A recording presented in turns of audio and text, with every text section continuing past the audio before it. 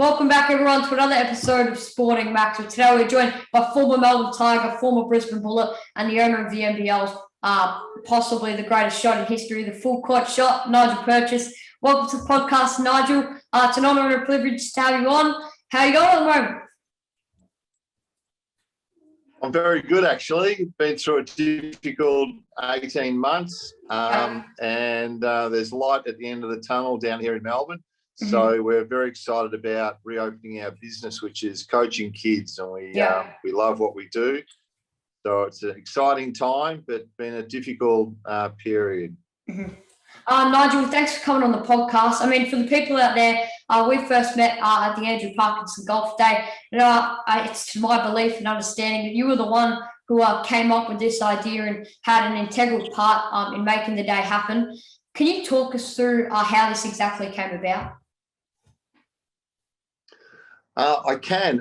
And Andrew Parkinson has been, I wouldn't say a real close friend, but he's a friend through the basketball community. And I'm a proud member of the basketball community and have been for about 40 years now, Max, so a lot longer than you've been alive.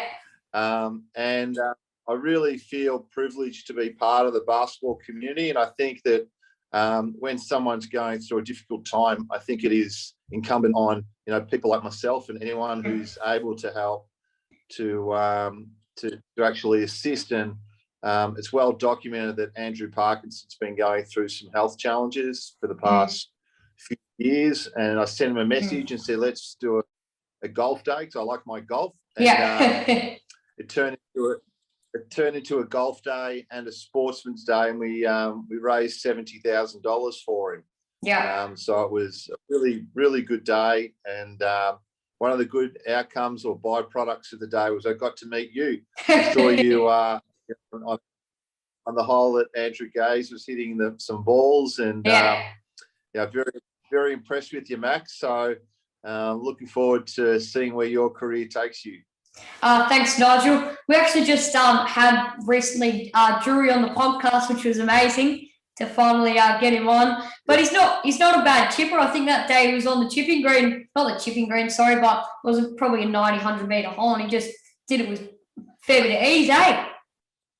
Yeah, he would love to hear that. So he and I have been playing golf against each other for a long time. Yeah, and we it's a nice healthy sort of camaraderie we have there. So he would love to hear that you like the way he plays golf. What was it like to take the court with Parky? I mean, I've heard a couple of stories from obviously Ray Gordon, but what was it like for you, also as a Melbourne Tiger, to take the court with him?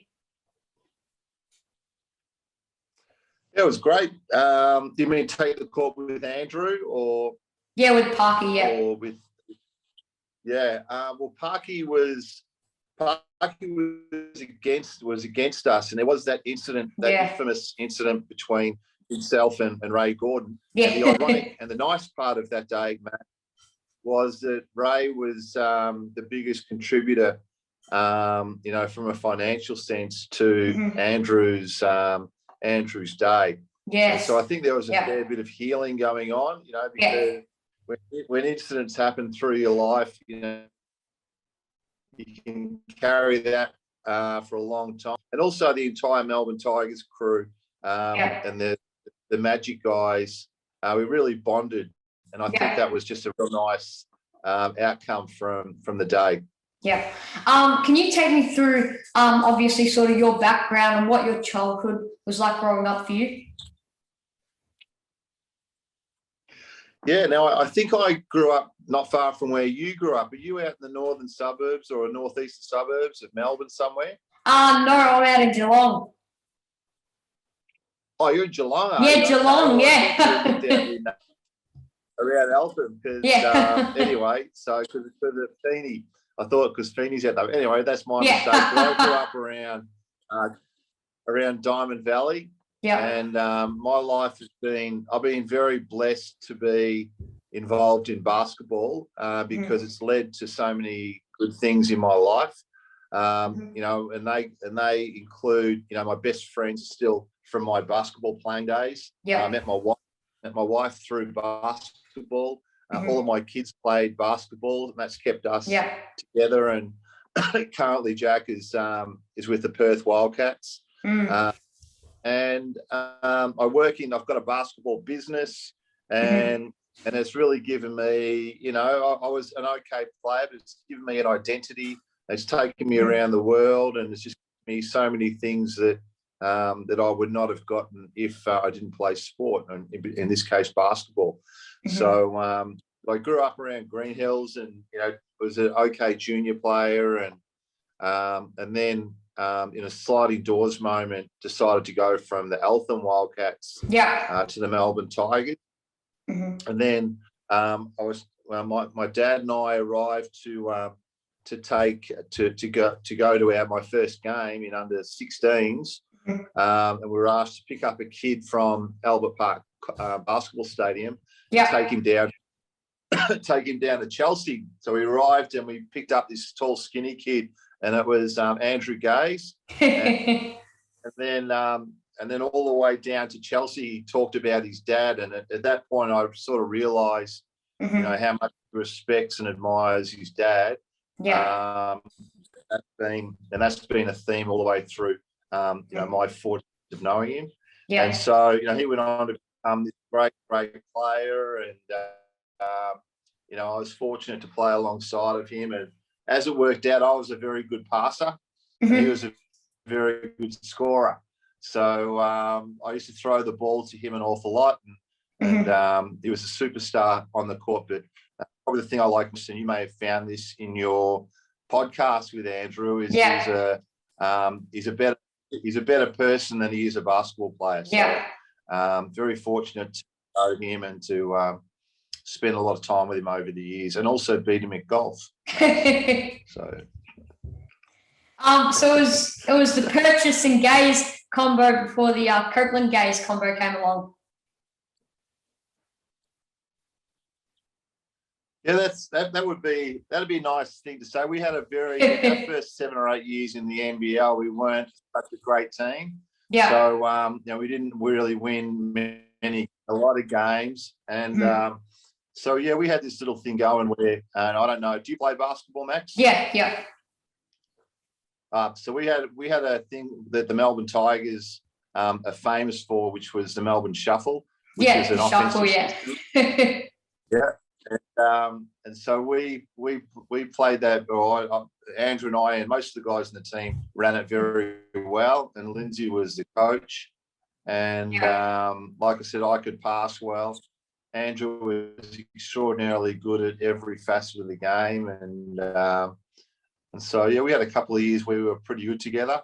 And then then sport evolves, and Warwick Giddy came along, and all these other players came along, and then you sort of move in and move out. And Warwick's still a friend of mine as well, and it's great to see his son Josh doing so.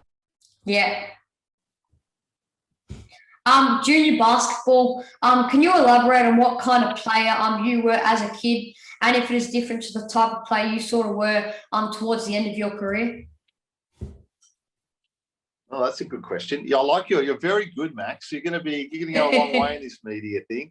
So when I was a kid, I was reasonably quick and long, and was good at passing and getting to the ring, getting to the basket. I was never really a great perimeter shooter, so I probably didn't need to shoot from distance. So, and then I was playing at Diamond Valley, then Eltham, and then went over to Melbourne, and the shuffles are very much a system-based offensive structure. So I was a good passer. I just happened to fit into what Lindsay and the Gazers and the Tigers needed in that position. So I kind of, once again, I've been very fortunate to be in the right place at the right time. I was never a 30 points a game type guy. I did score more than 30 in a few games in the NBL, but I was, I think I finished 4th in the league assists one year. And but I was more a role player. And very, like I said, very fortunate to play the number of games that I did. You mentioned the Melbourne Shuffle before. How did Lindsay sort of rally the troops for the shuffle play? Well, a lot of it, so it goes back in time, Max. And Yeah. there was a guy called Ken Watson, and Ken Watson and Yeah. Lindsay were the pioneers of Australian basketball and Yeah. certainly Victorian basketball. And they were trying to figure out how to play the game. And Ken actually went over to Auburn, which is in Alabama, and went and had a look at what they did and brought this system back. And then that's still run today. That's still run. Yeah. The Tigers came out in 1931, and the Tigers still run the shuffle today. So it's a system-based thing. A lot of it's just about memory, and knowing where to go and what to do. The criticism of it is that people become like robots. Yeah. The essence is that of it is that players or teams that don't have the same sort of physical talent can compete with teams that are a bit more physically capable. Yeah. And so I think that's quite true. So it's very team orientated, and Lindsay was the master of it, and actually Ant was the absolute master of it. So so it was fantastic. I loved it. Do you remember your NBL debut as a kid for the Melbourne Tigers? I think you might have been around 17. And what emotions or excitement did you have going into this game? I think you might have scored 10 or so points in your debut. Yeah, well, it took a long time for the Tigers to actually get into the NBL. And I do remember the first game. I might be wrong. I think it might have been against Brisbane. But and in that game, there was a guy called Leroy Loggins that we were playing against. Yeah. Leroy is probably one of the top 5 players to ever play in the NBL. And so he was just fantastic to play against. But we were all a bit nervous. I'm sure we tried our guts out. And it wasn't quite the fairy tale of winning the first game in the league. And it was at the old Albert Park Stadium, so it wasn't such a grandiose type stadium that you might see in the NBL these days. But it was fantastic. It was just great being involved in the league. And I think right now, when you look back on it, from my age of 56 now, you sort of look back at it very fondly and think what a great time of my life. And once again, I just say I'm very, very fortunate. Yeah. You mentioned first and Leroy Loggins there. We've recently had Derek Rucker on the podcast, and he's mentioned that most people say Bryce Cotton's the best import of all time that Australia's ever seen. Derek thinks that Leroy Loggins is the greatest ever import to play the game in the NBL. Do you agree with him? Well, they were. My most recent memories are of Bryce. And what I think Bryce is probably. It's very hard to compare players to players of different eras. Yeah. Leroy was absolutely phenomenal, and I remember one game I played against him. It wasn't the first game in the league, but it was several years later, and he and I was guarding him, and we had a 12-point lead at 3/4 time. Yeah. And he has this jump shot, Max, and he leans back a little bit. And so you might think you're in a good defensive position, and then he leans back and makes this shot. And I think he had 17 points in the last quarter. And so for me personally, Leroy was phenomenal to play against. But I think Bryce right now, having won, I think 3 MVPs.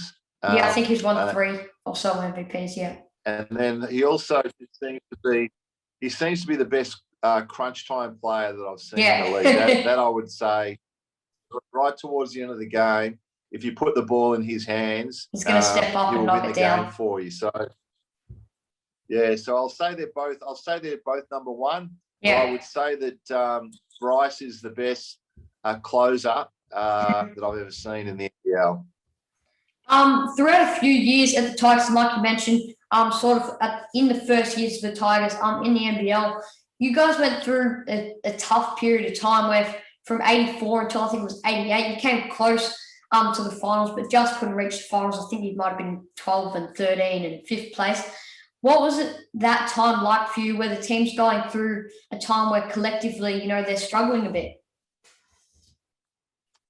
Well, it was the beauty of all that was that I was playing and traveling around the country, and we'd go overseas and play in America every second year or every year. Yeah. And I just love I love the camaraderie of it, and I really loved just being with my mates every weekend. Yeah. And in fact 3 or 4 times a week, in training. And of course, you want to make finals, but we were very much a low budget team. Yeah. So the Tigers have a junior program, and the theory of the Tigers is that you can play there. You can play there and start as a junior, and then you can eventually play in the highest league in the country. So, that we didn't get a lot of imports, and we didn't get a lot of help there from high-paid players. And then it kind of turned when Dave Simmons came in and Dave Colbert, and then we sort of went from being close to making the finals to making finals, and eventually winning it. So moving into the 1989 and 1990 NBL seasons, these 2 years were better than the previous years, now making the elimination finals, unfortunately losing. But when you look back, rising up the ladder from in 1998 at 12th place up to 4th place in 89 and 90, how do you reflect on those 2 seasons where everyone's playing their part instrumentally and the team's rising up the ranks? Well, it was fantastic because we had been a team that never really made the finals, and then all of a sudden, in the halcyon days, they were certainly a lot of the people of my age, Max, look back on those years and think they were the best years of the NBL. Yeah, and it went through this amazing period where all the stands were full and for every game, and it was incredible, and it was almost like it was unbelievable, to be honest. Yeah. So when we had a couple of good series against Sydney and then but it was very exciting, and the atmosphere around those games, and being able to be on court and be involved was certainly the highlight of my career. So it's great. What's it like? What was the biggest move or impact on the group to get you from one season at 12th place to 4th place and making the elimination finals?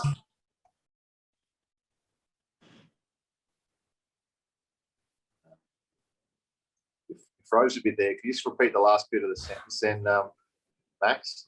Oh, yeah. So what do you think the biggest impact was moving from the 88 season to the 89 season on the group and the team, which, boosted them from 12th place to 4th place in making the elimination finals? Okay, good question. So there's a couple of things. One, that we guys like Andrew and Ray and myself and a few other guys, Ian Rouse, we were pretty young, we were 17, 18, so we weren't really men at that stage. So we at that phase we were men, and we could play as men in a men's league. So that was one factor. But also we got some sponsors, and the sponsors meant that we could then get some Impact Americans to come out here. Yeah. And that just added to the entire blend of the. And so I would say they would be the two biggest factors. Now I want to get into the 1992 NBL Grand Final series. Yourself and the Tigers experienced heartache against crosstown rivals in the Southeast Melbourne Magic. Are you able to guide me through this series from your experience and your perspective at the Tigers? Yeah, well, it was, once again, getting to the grand final was a new experience. I mean, from my point of view in the juniors, we'd had a great junior team, and we won grand final after grand final. It was kind of exciting, and it was that was a good experience in itself. But it was a lot different to being in a 3-game grand final series against a fantastic team like the Magic. Yeah, and I think we won the first game and then lost the next two, and just knew how to handle it. But what it did, it set the basis for going and winning it in 1993. Unfortunately, I wasn't there in 1993. Yeah. I went to the Brisbane Bullets, but so my time was being marginalised, and I like to, if you're going to play sport, you want to make sure you can get on the court. Yeah. So I spent the year up in Brisbane, and the Tigers went on and won. So I think Mark Brankey came in 93 also. So he was probably the number one, the missing link. Taking the team from being a grand final performer to a grand final winner. Yeah. So you mentioned joining the Brisbane Bullets there at the end of that 1992 heartache. How did you find your time at the Bullets, and how does that experience or culture at Brisbane compare to your time or experience at the Tigers? Well, the Tigers were very, how do I put this, very amateurish in that, we played in front of big stadiums, big crowds in big stadiums. But there wasn't a great deal around the team, and then so what I experienced in Brisbane was they had weight coaches, they had gym sessions, they were just a completely professional club, which is kind of good. But I actually also loved the way the Tigers conducted their business as well. It was it's almost very family oriented. Felt like you were at home almost with the Tigers. So Tigers were good, but they were the Bullets were a big budget team. I became really good friends with Shane Hill at the time, and also Shane Froling, who were both Melbourne boys, and Leroy Loggins, and Dave Colbert was up there also. But I really enjoyed it. I had a few ankle injuries during the year, and I enjoyed it, but I didn't, from a basketball point of view, didn't really make a massive impact. But I gained some really good friends. Got to live in Brisbane for the year, and my wife Simone, came with me, and so it was a great experience. A bit sad for missing out on the final, but with the Tigers, that's the way it goes. And I counter that by saying I made some really good friends up in Brisbane and had a great experience. For me, it's about doing things. It's all about life experience. So, what's Shane Hill like to know and be around? What? Sorry, say that again. What is Shane Hill like to know and be around? Well, he was a very funny and very aggressive young man. And for a guy who's maybe 6'1", 6'2", perhaps, playing in a sport that's dominated by tall people, what he did in going to, I think, 4 Olympics and making the NBA and his shooting was testament to his attitude. So I'm a big fan of him on what he did on the court, and he actually played above himself so often that I think it was testament to his self-belief and attitude. Yeah. So after that sort of one season at the Bullets, I believe you left the NBL with 250 games under your belt with career highs of 38 points, 13 boards, 16 assists and 5 steals. Done me research there. How do you look back over your time in the NBL, and did you make that decision to retire or kind of get pushed out? Well, I think maybe it was a little bit of both. So once again, you want to, if you're going to compete, if you're an athlete, you want to actually be on the court. And in basketball, there's generally 5 or 6 or 7 guys that sit there and watch. And I really didn't enjoy that part of it. And so I got to a point where I was thinking, I might have been getting, 10 to 12 minutes a game.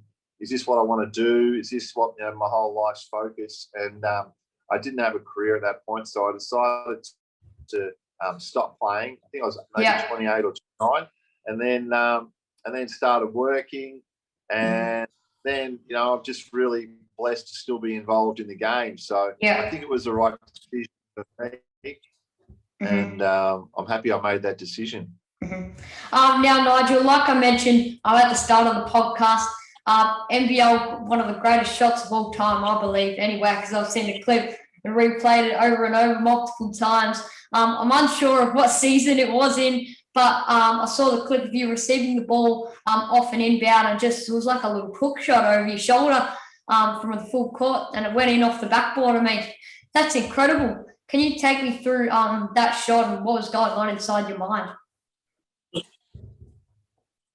Well, it was one thing that I was good at, as we talked about, Max. I was actually a good passer. Yeah. And so quite often through the state league games and the NBL, Andrew would take off and I'd be able to throw the ball to him. And I used to bowl it to him. Yeah. And we were quite good at that. And so I was kind of used to throwing the ball, the most distance of the court or the length of the court. And but anyway, so I think Stephen Whitehead inbounded the ball to me. Mm-hmm. And then I thought, we got nothing to lose, just throw the ball, see if it can go in. It was the end of the third quarter. So I hoiked it up there, and then it went in. So it's arguably the longest shot in the history of the NBL. Yeah. There would be, I think I was only a couple of metres inside the baseline down the other end. And it was quite a funny from that game. No one really remembers who won or lost. Most people remember the shot. The shot, so, yeah, it's interesting. Post-career, now you've coached the Melbourne Tigers, in the Victorian Junior Basketball League for over 20 years. How did you find the move from playing into coaching? It was very different. And the commonality is you love the game, love it whether you're playing or whether you're coaching or whether you're a spectator or working in administration or whatever. So for me, I think basketball is the best game in the world.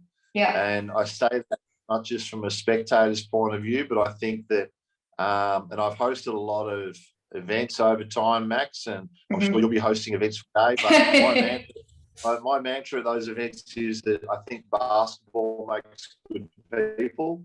Yeah. And I stand by that. And I think that the coaching of kids, whether it's with the Melbourne Tigers or in my business with Chase, about having a positive impact on kids. And that to me is the most enjoyable thing I get out of my day-to-day activities. Like you just mentioned, working with Chase, I believe you're the current managing director. How did that opportunity arise for you? But it's a pretty good story, actually, Max. So when I was playing for the Melbourne Tigers, and I used to go to Green Hills Primary School, which is out not far from Diamond Valley, which is where I thought to do, but you're down in Geelong. So I started doing skills coaching in the morning. So the kids at Green Hills Primary have a stadium there, and I'd go there in the mornings and I'd coach them for an hour and charge them $2, whatever it may have been. And then so from there, and I really enjoyed it. And I've tried to be the professional things that I do for business. I've tried to always make sure that I enjoy what I do. And so from that time when I was probably 30 years ago now, Max, from that time, we now have Chase Basketball, and we do, pre-COVID, we did just over 50,000 hours of kids on court for the year. That involves skills coaching. We have 6 academies at high schools, mostly around Albert Park. And we do basketball camps. So I think we're the biggest. In Melbourne, probably Victoria, essentially Australia, as privateers for the number of hours that we coach kids. Yeah, it's a story I'm really proud of, because it started just me doing it out at Green Hills, my old primary school, and now it's a size business, and I'm still doing the things I love. So I'm very lucky. I also believe you're the managing director at Ozpack Basketball. Can you explain to me a bit about this company and what they do? Yeah, well, good research as well, Matt. You've done your stuff here. You're going to be a star in this media game. So one of the I developed a friendship with a guy called Sedale Threek Jr. Sedale Threek Jr. does similar things on a domestic level that I do with Chase. He's got a company called AUBD, and he and his dad do a lot of coaching, and his dad's a famous basketball player in America. But what we realised is that we're doing a lot of the same things, but the infrastructure for basketball in Victoria, not many people know this, is the best in the world. And when I say structure, I also mean the ecosystem. So ultimately, when Lindsay Gaze, who we talked about, and Ken Watson, way back in 1930 or 1940 or whatever it was, they had this vision to grow basketball. And so part of their modus operandi was to build stadiums. So in Victoria, we have in excess of 1,050 courts for community use, and that is as good an infrastructure anywhere in the world. Better than in America, better than in Europe. And so AusPac is a company that is dedicated to promoting that fact and helping other countries and states to develop their basketball infrastructure and ecosystem. And it's a reasonably young company, and we were going to launch some projects pre-COVID.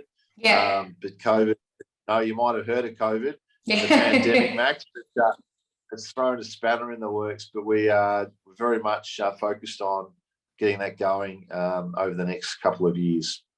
Speaking of events and things like that, you're founder of Balanced Dementia, a fantastic event and program for attendees, carers, and the network support of, people living with dementia.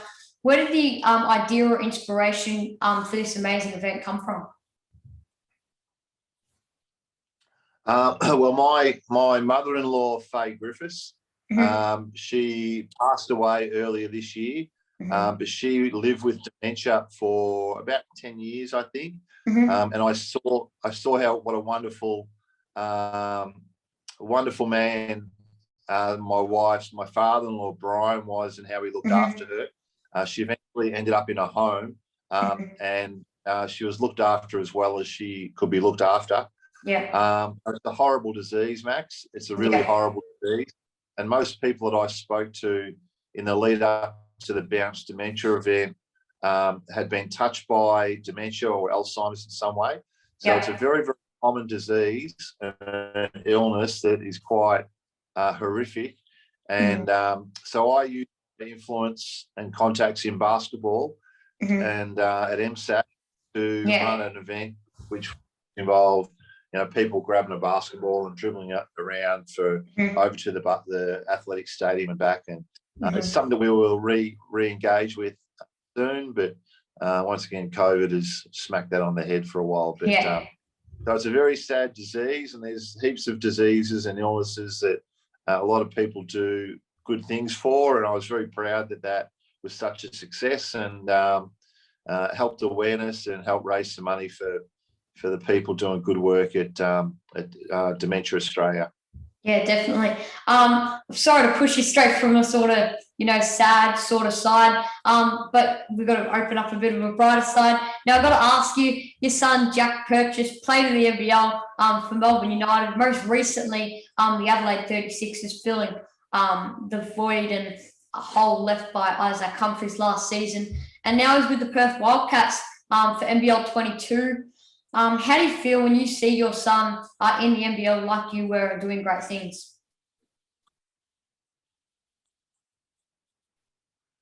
Yeah, I'm very proud of him, actually, Max. And it's in Jack's career, and he's 26 now, and it's like he's been signed up with Perth. And it's been a real and you cut out there a bit, so I'll try to do my best to try and patch that together. But so excuse me if I don't sound like I'm answering it as you asked, but so it's been a real I'm proud of his resistance and his perseverance in what he's doing. So he spent 5 years in the US at college. He come back and has bounced around from Melbourne United to Adelaide. He played for the Hobart Chargers in NBL 1, played a bit for the Tigers as well. And it's been difficult. He's really had to persevere, work hard, and to end up at Perth, which is arguably the best club in the country. And I couldn't be happier for him. He loves living in Perth. He seems to have found himself a girlfriend from Adelaide when he was in Adelaide. So his life seems to be on track. And as a dad, you want your kids to be engaged in life and to be, following their dreams to a degree. So I just want to see how he's going to go this year. He can certainly shoot the ball. And he can certainly shoot the ball. So we'll hopefully see him get more minutes this year than he has in the past few years. Do you have a favourite current NBL team to support right now? do I have a current favourite team to support? Yeah, the Wildcats. Max, I'm going to ask you a question, right? Yeah. If your dad, if you were playing for the Perth Wildcats, and you asked that question to your dad, what would he say? He'd have to say the Wildcats. Yeah, exactly. So I'm going to say the same thing. Certainly, the Perth Wildcats is. Wherever my son's playing, I'll follow them. Yeah. Who do you think's going to win the NBL 22 championship? Because I mean, there's only like a fine line between every team in the competition. Every team's got all their superstars. You know, it's very tight league. As it was last season. Absolutely. Well, I'd like to think. I know that Perth will be in the mix, but I think you're spot on. I think this is a very tight run year. Both Melbourne teams and Sydney are going to be strong. I'm really interested to see how CJ Bruton goes over in Adelaide. I think they'll be a strong team, and of course Illawarra, any team that's coached by Brian Goorjian. So there's 6 teams there that could certainly win it, and we'll just have to wait and see, because I actually think the fact that it's close is a good thing, because it makes every game quite important. You mentioned Warwick Giddy's a close friend of yours, or sort of a friend of yours. We've had him on the podcast also. What's it like to know him and know Josh and see Josh excelling in the NBA? Almost had a triple-double the other day. Yeah, isn't it great? I like. Well, Waz has been, like, I wouldn't say we're best friends, but we see each other and know each other, and he's one of my favourite people that I've met through basketball. Yeah, I would say he's probably the most popular guy in the NBL. Whenever we went on the road, he would seem to have a friend in every city around the country, and one of his mates would show up. And so he's incredibly popular. And the thing that I like about Josh is his attitude. He's always positive. He's having a go. He plays the game the right way, but he represents himself and his mum and dad extraordinarily well. His mum was a very good basketballer also. I think we sometimes focus on but he was a great player also. And but the way that he represents himself, he's humble, he's real, he's grateful, and I think apart from what he does on the court, I think the way he represents himself, in the media, is exactly how Australia would want, one of our guys to represent themselves. So he's ticking all the right boxes. I look forward to watching him play for another 10 or 15 years. Yeah, I can't get over the fact of when you watch the highlights and you watch the games of OKC and him in it starting, how easily, like, he did it in the NBL too, and now we're seeing him do it in the NBA. He just moves to the ring and he can just blow by anyone and find a way to score no matter what. Yeah, unbelievable, isn't it? Although I would say I don't think the defense in the NBA is so great these days. Yeah, it's just shoot a 3-ball and see what you can do. Yeah, that's right. 100%. Doesn't seem like it's the biggest priority, but every challenge Josh has had, he's excelled at, and so he's an amazing kid or man, and I just couldn't be happier for him. In all honesty, Max, he's he's a breath of fresh air. Yeah. What would be your best advice to anyone who wants to be a professional and successful basketballer like yourself? You've frozen again. You froze again there, Max. Can you repeat that? What would be your best advice to anyone who wants to be a professional and successful basketballer like yourself?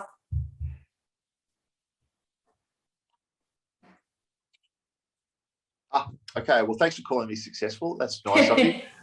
The advice I would give is work ethic is very important, and just love what you do. Yeah, and surround yourself with good people, whether that's coaches, whether that's teammates, and just keep on trying your best, because you never know when your opportunity is gonna come by. And my son's a reasonable example of that. Yeah, in that he could have given up. It's taken him 2.5 years to get to Perth.